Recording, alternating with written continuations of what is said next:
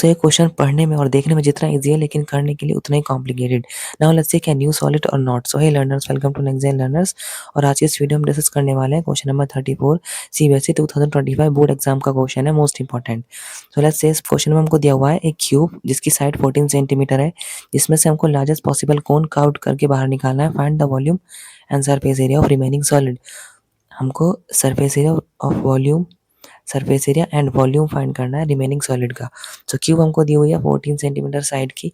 तो अगर हम 14 सेंटीमीटर के क्यूब से एक लार्जेस्ट पॉसिबल कोन काउंट करेंगे, सो कोन का जो डायमीटर होगा वो भी 14 ही होगा, सबसे बड़े से बड़ा, और उसकी हाइट जो होगी वो भी 14 ही होगी। सो यहाँ पर हमको यूज़ करना है पाई की जगह पर 22/7 और √5 की वैल्यू हमको दी हुई है 2.2, जो कि हमें यूज़ करनी है। तो सबसे पहले हमें जो डेटा दिया हुआ है उसे हम कलेक्ट करते हैं। गिवन साइड ऑफ क्यूब हमको दी हुई है 14 सेंटीमीटर। क्यूब की साइड में लेट्स से कि ए है, ए इज इक्वल टू 14 सेंटीमीटर। ना वॉल्यूम फाइंड करने के लिए सबसे इजीएस्ट टास्क है कि जिस चीज़ का हमें वॉल्यूम फाइंड करना है, इन दिस क्वेश्चन हमको रिमेनिंग सॉलिड का वॉल्यूम फाइंड करना है। तो इसमें से जो बड़ा वाला शेप होगा यानी कि कोन, उसमें से जो कर्व्ड करके बाहर निकाला है उसका वॉल्यूम माइनस कर देंगे। So volume of remaining solid होगा, simple and easy, volume of cube minus कर देंगे वॉल्यूम ऑफ कोन, क्योंकि कोन को कट करके हमने बाहर निकाल दिया। तो वॉल्यूम ऑफ क्यूब का फॉर्मूला होता है साइड्स की क्यूब, मीन्स ए क्यूब, यहाँ पर साइड मैंने ए से डिनोट किया है। वॉल्यूम ऑफ कोन होता है 1/3 पाई आर स्क्वायर एच। नाउ सबसे पहले अब हमें क्यूब की साइड को हमको पता है, लेकिन हम यहाँ पर अगर हम देखें सो इस कोन का डायमीटर होगा 14 सेंटीमीटर। यहाँ से हमें रेडियस आ जाएगी 7 centimetre, because radius is equal to diameter upon 2, यानी कि हाफ ऑफ द डायमीटर। तो रेडियस हो जाएगी हमारी 14/2, that is equal to 7 centimetre. Height हमको दी हुई है, तो कोन की जो पॉसिबल हाइट होगी वो क्यूब के साइड्स के इक्वल होगी, सो जो कि है 14 सेंटीमीटर। यहाँ से यहाँ तक ये कोन की हाइट हो गई है। Now let's put all these collected data in the formulas to get the answer. A cube means sides की क्यूब, तो हो जाएगी 14 क्यूब माइनस 1/3, पाई की वैल्यू हमको दी है 22/7, मल्टीप्लाई आर स्क्वायर, आर यानी कि रेडियस ऑफ कोन जो कि 7 सेंटीमीटर है, हमने जस्ट कैलकुलेट की है। स्क्वायर करना है तो 2 बार लिखेंगे, 7 × 7 h। हाइट हमको दी हुई है 14, 7 7 विल बी कैंसिल आउट। 14 का हम अगर क्यूब लिखेंगे तो 14 का cube will be equal to 2744 minus 1/3 22 multiply 7 multiply 14 as it is लिखेंगे यहाँ पर 2744 माइनस, इसको सॉल्व करेंगे तो हमको मिलेगा 2156 एंड अपॉन 3। फिर इसको हम एलसीएम लेके सॉल्व करेंगे तो हमको मिलेगा 8232 माइनस 2156 अपॉन 3। और इसको सॉल्व करने पर जो हमको फाइनल हमारा आंसर मिल जाएगा वो जाएगा 6076/3। अब हम वॉल्यूम निकाल रहे हैं तो वॉल्यूम की जो यूनिट होती है वो क्यूब होती है, तो सेंटीमीटर क्यूब। तो इस तरह से हम इस पूरे सॉलिड का, इस रिमेनिंग सॉलिड का वॉल्यूम कैलकुलेट कर सकते हैं easily. Now let's calculate the surface area of the remaining solid. तो surface area of remaining solid will be equal to, सबसे पहले सरफेस एरिया ऑफ हम क्यूब, तो एस ऑफ क्यूब लिखेंगे,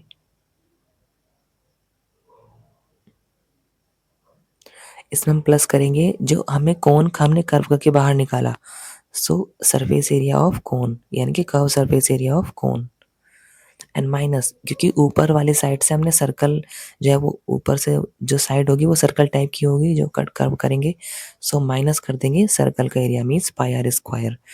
now let's put all the data in this formulas. तो सबसे पहले हम फॉर्मूले लिखते हैं अपने surface area of cube. Cube का जो सरफेस एरिया होता है that is equal to 6a², because 6 side होती है एक सरफेस एक क्यूब की, और a² मतलब साइड ए हमने ली हुई है, तो साइड का स्क्वायर करेंगे, यानी means 6a² plus surface area of cube.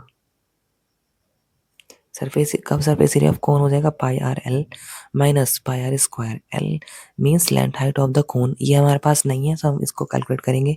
So L is equal to होता है r² plus h² means radius का स्क्वायर एंड प्लस कोन की हाइट का स्क्वायर का रूट फाइंड करेंगे। सो रेडियस हमको दी है 7 और हाइट हमको दी हुई है 14, हमने जस्ट कैलकुलेट करी है। सो r² मीन्स 7 का square plus 14 square means height का स्क्वायर, सॉल्व करने पर जो हमें एल यानी कि स्लैंट हाइट मिलेगी वो हो जाएगी 7 का स्क्वायर करेंगे तो 49 आ जाएगा एंड प्लस 14 का स्क्वायर करेंगे तो हमको मिलेगा 196। ऐड करने पर जो हमको फाइनल वैल्यू मिलेगी वो हो जाएगी 245। इसको हम लिख सकते हैं 7/5 सेंटीमीटर। तो इस एल मीन्स एल का यूज हम करेंगे अपने फॉर्मूला में to get the answer.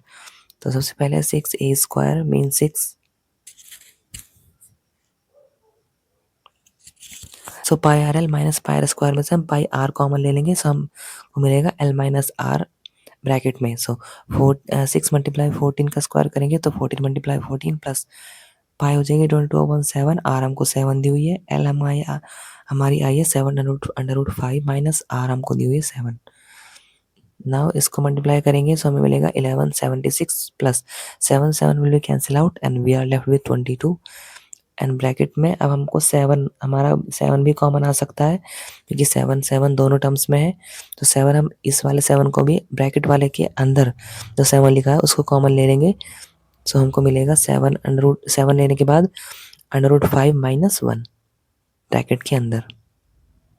And there are many ways to solve this question.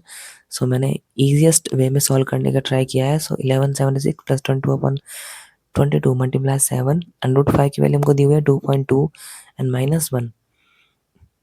So 1176 plus ये हो जाएगा 144 इंटू 2.2 माइनस 1 हो जाएगा 1.2।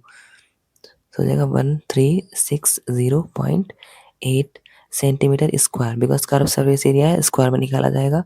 So this is our answer and this is how you can solve this kind of question and get 5 marks in your board exam.